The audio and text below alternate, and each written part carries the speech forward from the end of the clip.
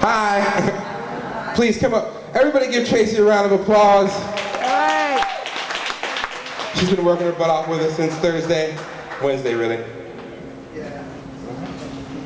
This is going to be a difficult story to share. I'm sharing a story with everyone, but Reverend Larry, this is a plea to you. I'm begging you. 1993, I went to a laundromat to do my 9-year-old son's laundry, and I was shot. But under the circumstances, the kid that shot me is a victim too.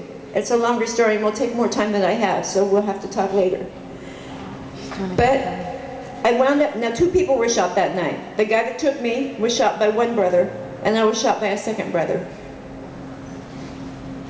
I spent 12 years with the guy that shot me as a prisoner in many ways. I still had stitches in my neck. When you have a professional bowler's hands around your throat, somebody's been throwing 116-pound bowling balls a week, you got some power there. It tells you, because I wanted to leave. I was already tired. It was a very short time. I was already had enough. And he said, bitch, it's over. When I say it's over, I will snap your neck. And I knew he could. It was 12 years later. I did a lot of dope in that 12 years. He took my money for dope, so I'm going to smoke your dope. I could smoke some dope. I don't anymore. On November 30th, 2005, I left to go visit my daughter in Florida and watch my beautiful grandbaby be born. So November 10th, I hit the pipe before I got on the plane. November 11th is my youngest daughter's birthday, and God blessed me for that to be my clean day.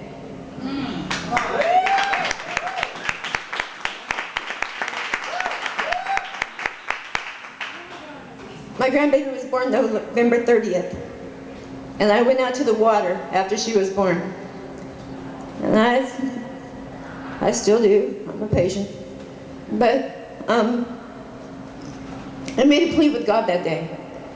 My life had been wasted up until that point, and I knew I was not going back to the house I'd left.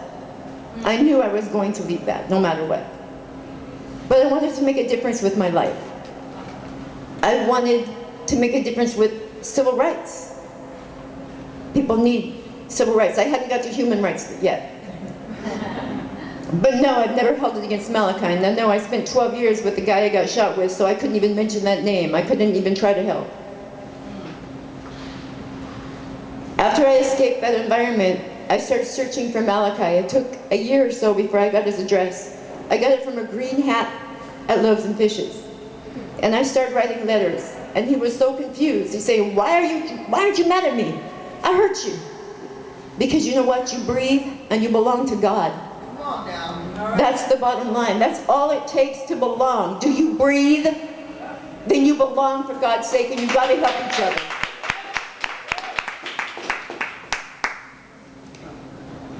When he'd been in prison for 12 years, on his 12th year parole hearing, St. John Shelter, the executive director, took me to visit him. It wasn't a visit, it was a parole hearing, for God's sake. He didn't hardly even look up.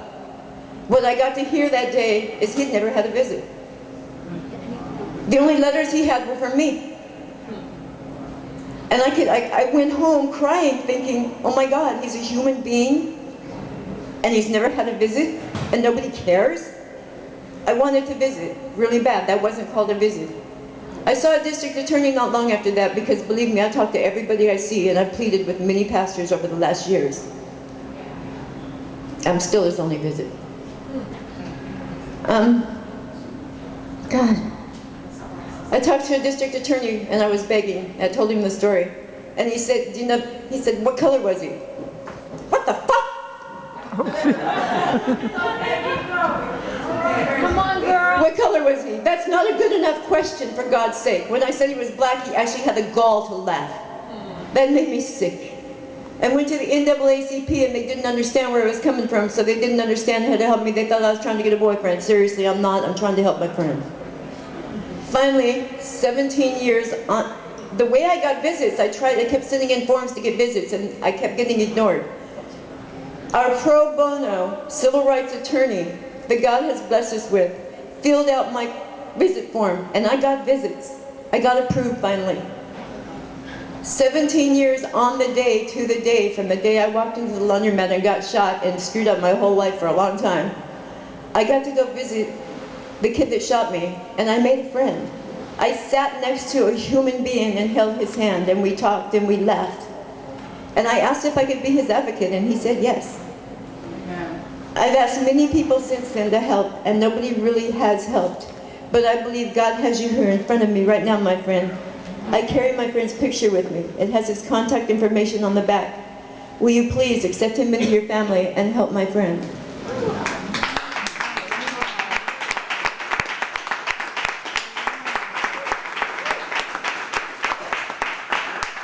God bless God, because today I believe my friend will truly get the help he needs. He's going to be able to have a life.